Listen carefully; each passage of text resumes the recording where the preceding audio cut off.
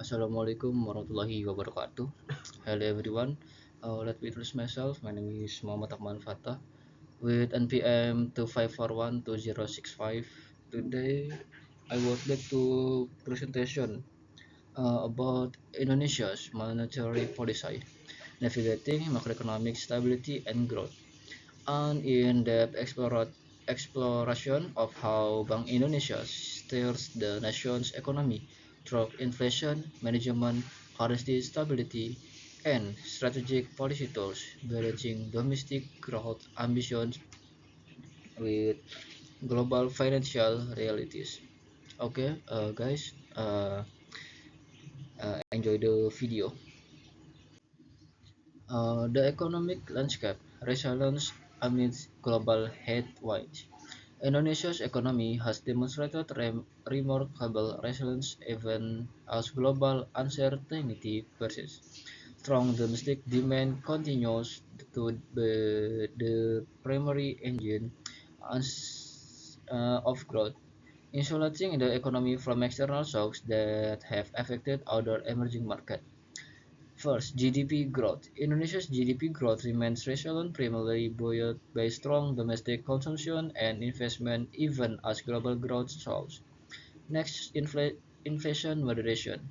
Broad-based disinflation has been observed, particularly in food and energy prices, signaling a gradual return to price stability.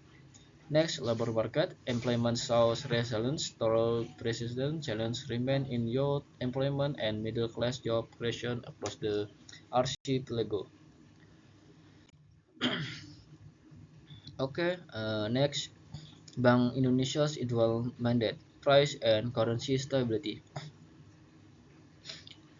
Bank Indonesia or BI operates under a clearly defined dual mandate that sets it apart as an institution focused on both price stability and currency stability. This dual responsibility requires careful calibration, particularly when global economic uncertainties and domestic growth pressures pull policy in different directions. First, price stability.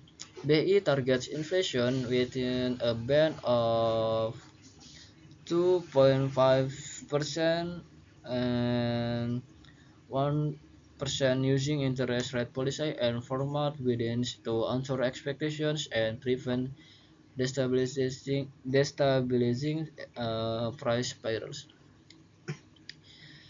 Next, currency stability. Protecting the rupiah from excess volatility is equal critical. BI intervenes in foreign exchange markets and manages reserves to maintain confidence in the currency. Next, institutional independence. BI's operational independence from short-term fiscal impulses is essential for credible, effective policy implementation, a cornerstone of Indonesia's macroeconomic credibility. Next, monetary policy response, balancing act.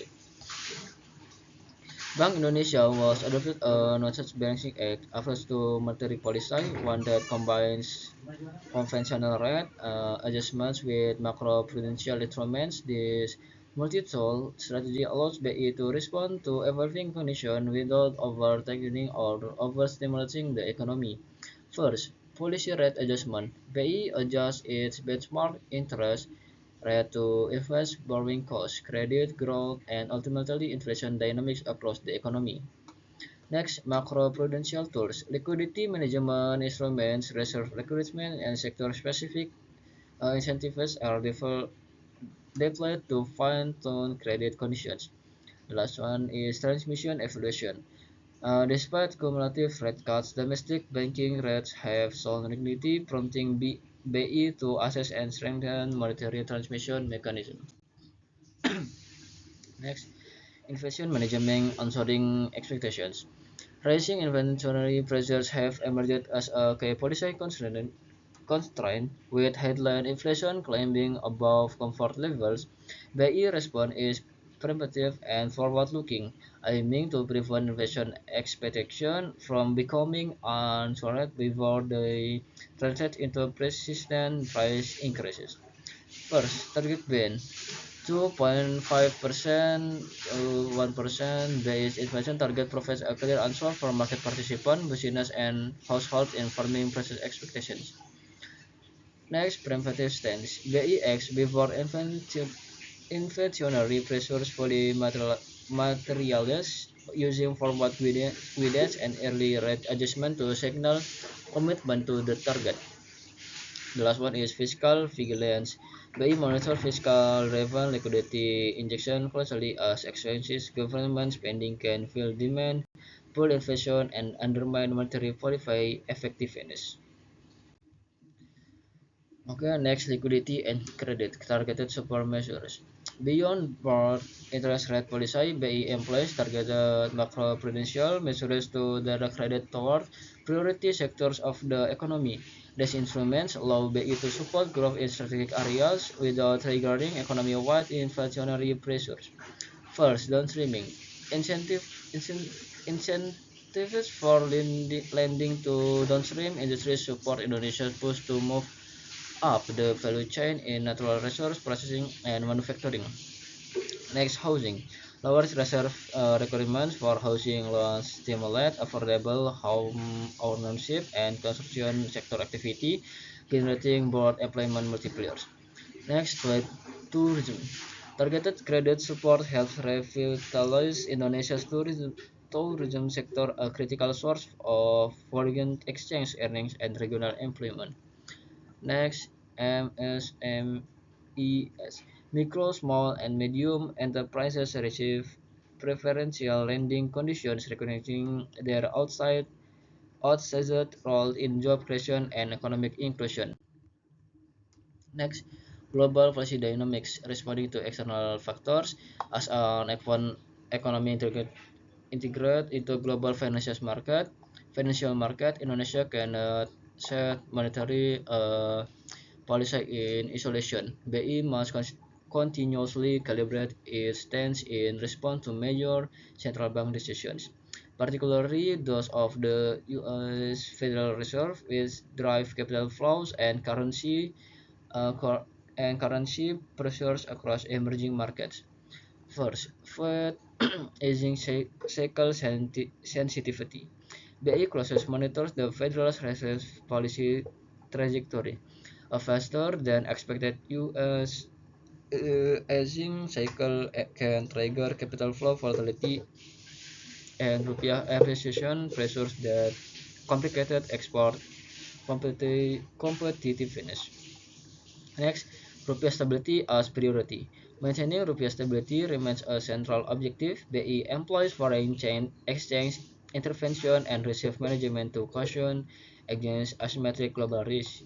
And wait and see approach, given elevated global uncertainty, BI has adopted a cautious data dependent posture, avoiding premature policy move that could destabilize markets. Next, fiscal policy prudence and support. While monetary policy focuses on stability, fiscal policy plays a complementary role in supporting economic expansion. The interplay between BI's monetary stance and the government's fiscal position is critical. Misalignment can undermine both policy objectives and macroeconomic credibility. This is, for example, the chart above illustrates how Indonesia's two key policy pillars, monetary and fiscal, must work in coordination. While each has distinct tools and objectives, their alignment is essential for effective macroeconomic management. Next, economic outlook. Sustained domestic demand with circular considerations. Indonesia's economic outlook remains broadly positive, underpinned by resilient domestic demand and a growing middle class. However, realizing the country's full potential requires addressing structural constraints on the supply side, from infrastructure gaps to regulatory bottlenecks, while navigating a complex global financial environment.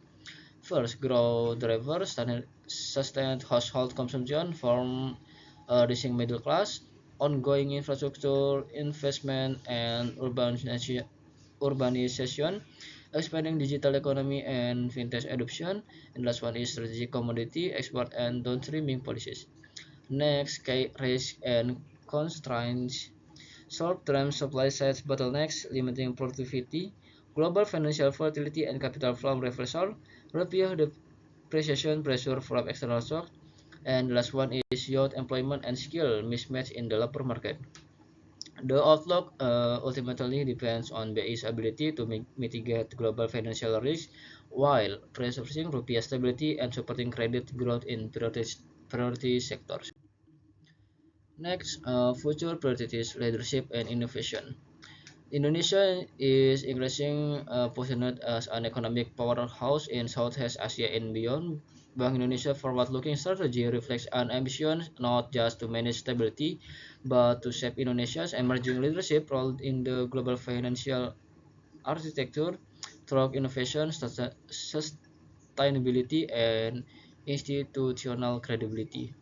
First, payment system innovation. BI is pioneering digital payment infrastructure, including QRIs and cross-border payment linkage, positioning Indonesia at the forefront of financial technology in ASEAN. Next, sustainable growth, integrating green finance principles and climate risk considerations into monetary and macroprudential framework support Indonesia's long-term sustainable development agenda. The last one is international leadership. Indonesia's growing role in G20, ASEAN, and multilateral forums reflect its rising influence, with BI contributing to regional financial stability, architecture, and policy coordination. Okay, that's all from me. Thank you. Wassalamualaikum warahmatullahi wabarakatuh.